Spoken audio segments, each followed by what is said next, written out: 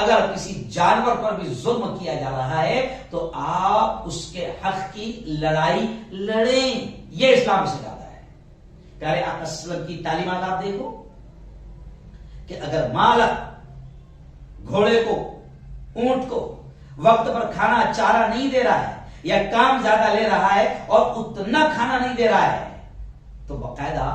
جانوروں نے بھی آپ صلی اللہ علیہ وسلم کے پاس میں شکایتیں کی اور آپ صلی اللہ علیہ وسلم نے جانوروں پر ہو رہے ظلم کے خلاف بھی باقاعدہ آواز اٹھائی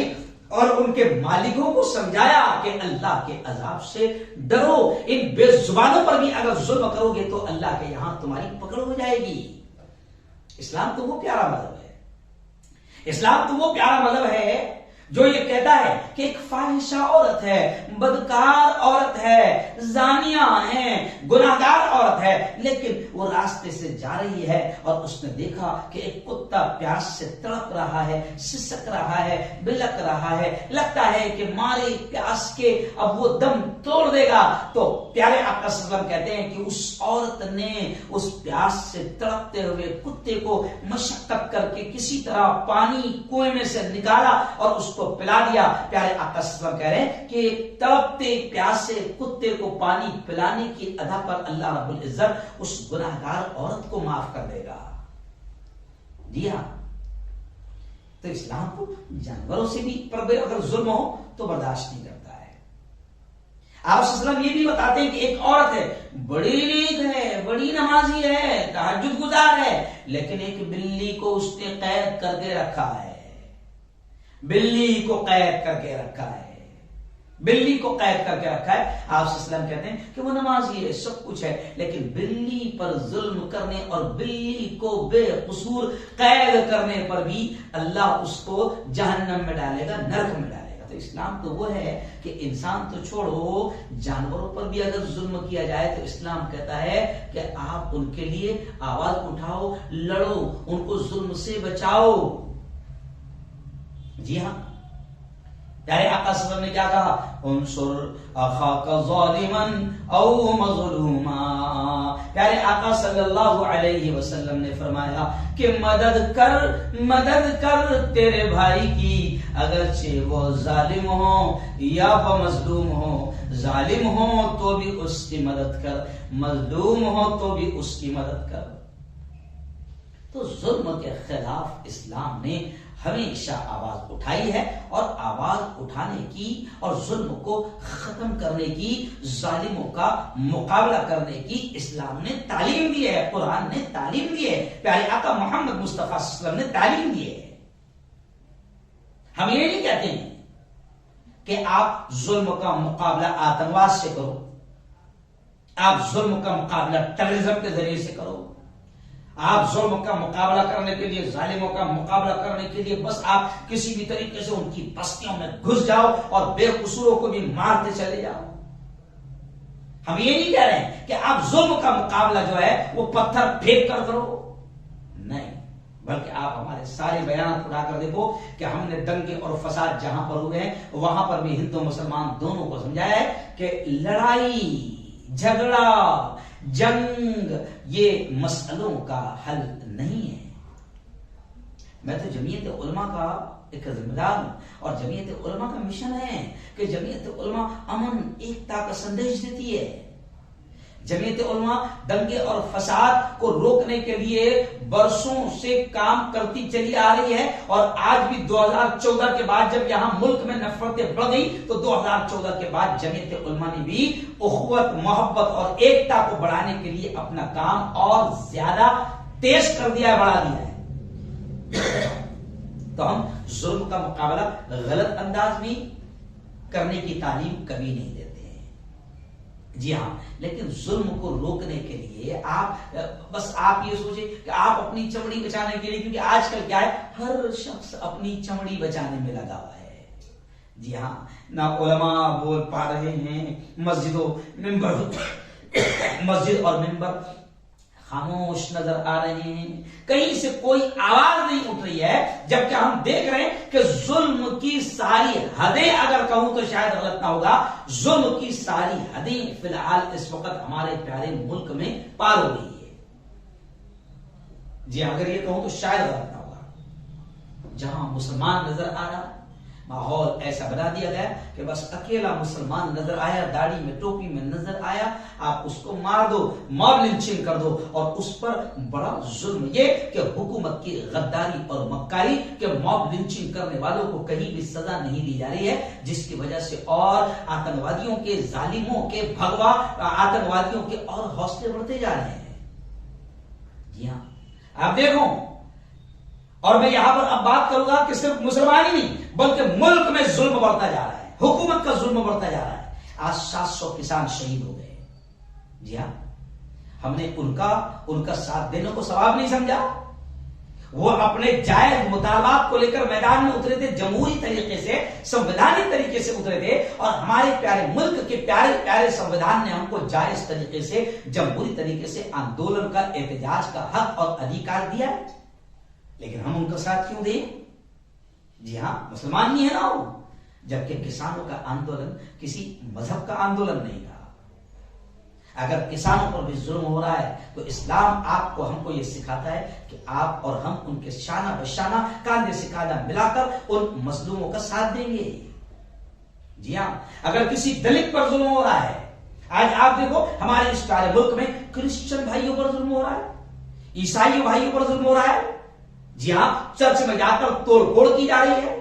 بھگوا آتنکوادی جو ہے بالکل آتنکواد کا ننگا ناچ کھیل رہے ہیں، اور ان پر کوئی کارروائی نہ ہونے کی وجہ سے آج حالات ایسے ہو گئے کہ اب ان کے حوصلے اتنے بڑھ گئے ہیں کہ دھرم سنسد لگا کر باقاعدہ وہ راشٹر پتا مہاتما گاندھی کو گالیاں دے رہے ہیں، اور اسی دھرم سنسد میں ایک خاص سماج کو ڈائریکٹ قتل کر دو،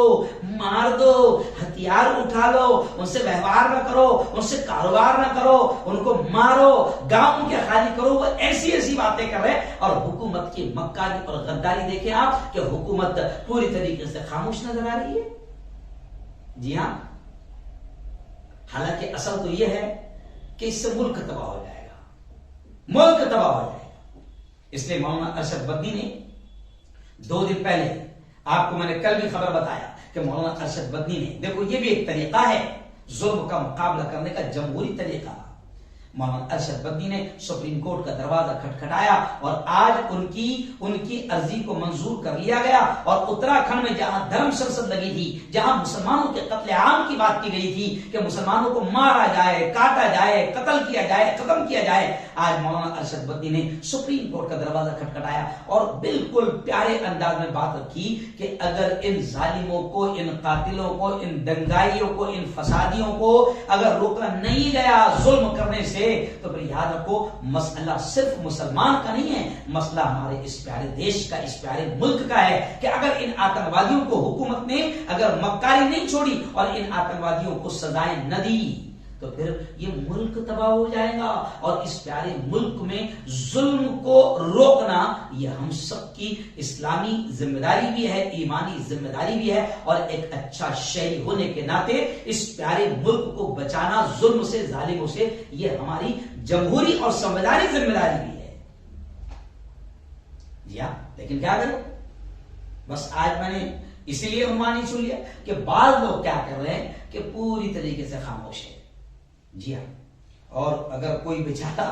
بولتا ہے تو اس کو بولتے نہیں، کوئی فائدہ نہیں، کیا کریں گے. نہیں،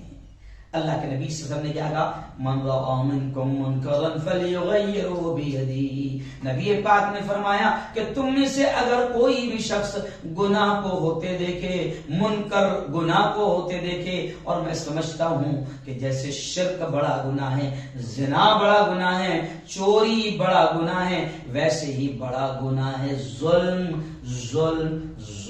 کیونکہ جب ظلم عام ہوتا ہے اور ظالم کو کوئی نہیں روکتا تو پھر اللہ ان بستیوں کو تباہ کر دیتا ہے جہاں ظالم بستے ہیں. تو اب ان ظالموں کو روکنا بھی ہماری ذمہ داری ہے، کیونکہ یہ تو تباہ ہوں گے ہی ہوں گے، لیکن ان کی وجہ سے اللہ کا جب عام عذاب آئے گا تو ہم بھی اس میں پسے جائیں گے.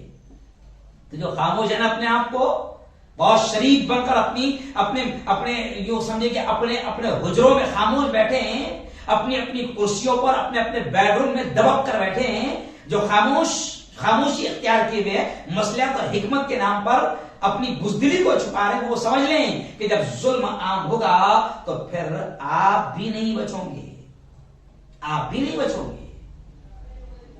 ظلم کے خلاف لڑائی کا ہمیں حکم دیا گیا ہے اور لڑائی کے طریقے بھی سکھائے گئے ہیں۔ نبی نے کیا کہا کہ اگر ہاتھ سے روکنے کی طاقت ہے تو ہاتھ سے روک دو، ہاتھ سے بھی روکنے کی طاقت نہیں ہے تو زبان سے روکو۔ جیسے میں بھی بول رہا ہوں، کم از کم میں بول تو رہا ہوں، ظلم کے خلاف، ظالموں کے خلاف میں بول تو رہا ہوں، منہ کھول تو رہا ہوں۔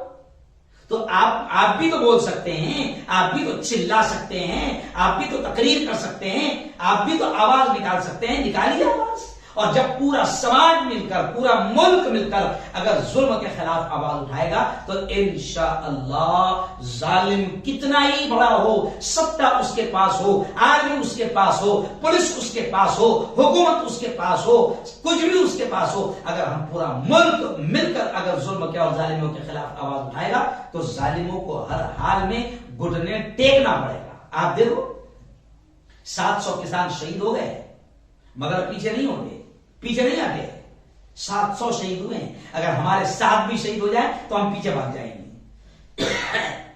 لیکن 700 کسان شہید ہوئے، پیچھے نہیں ہٹے۔ آخر بڑے ظالم کو گھٹنے ٹیکنا پڑا کہ نہیں پڑا؟ ان کسانوں نے کوئی آتنکواد نہیں کیا، ان کسانوں نے کوئی دنگے فساد نہیں کیا، ان کسانوں نے کوئی گولیاں نہیں چلائی،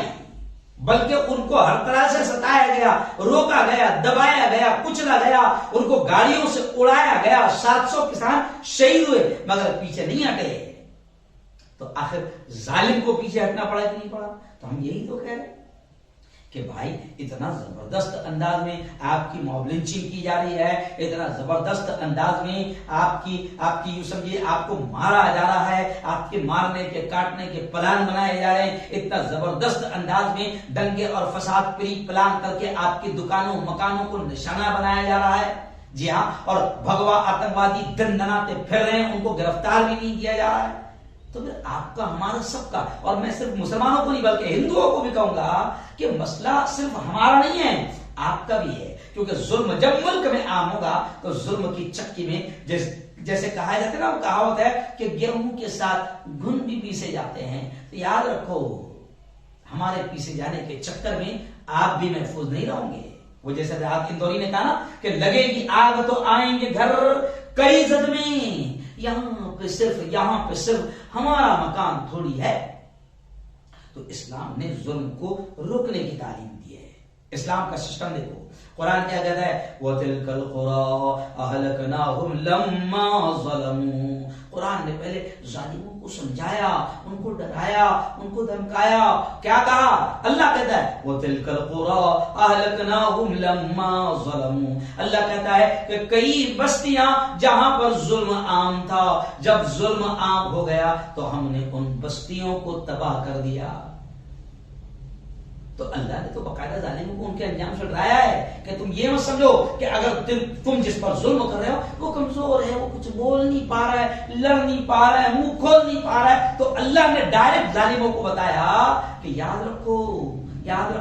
ایسا نہیں ہے کہ اللہ نہیں دیکھ رہا ہے، بلکہ اللہ نے قرآن کے ذریعے سے اور اپنے نبی کے ذریعے سے بھی ظالموں کو ڈرایا۔ ایک جگہ نبی کے ذریعے سے اللہ نے کہلوایا، کیا کہلوایا کہ اے محمد کہہ دو اتقوا دعوت المظلوم، اے لوگو مظلوموں کی بد دعا سے بچو، اس لیے کہ وہ بد دعا جب نکلتی ہے دل سے، جب آہ نکلتی ہے تو پھر وہ سیدھا فرش سے عرش پر جاتی ہے اور اللہ کے عرش کو ہلا دیتی ہے، اور جب پھر اللہ کو غضب آتا ہے تو پھر ظالموں تم فرعون ہو تو بھی تباہ ہو جاؤ گے۔ اللہ نے دکھایا کہ بڑا ظالم فرعون، اللہ نے اس کو بھی تباہ کر کے دکھایا، قارون کو بھی تباہ کر کے دکھایا، نمرود کو بھی تباہ کر کے دکھایا، شداد کو بھی تباہ کر کے دکھایا، اور بھی ایسے بڑے بڑے ظالم ہیں۔ آپ دیکھو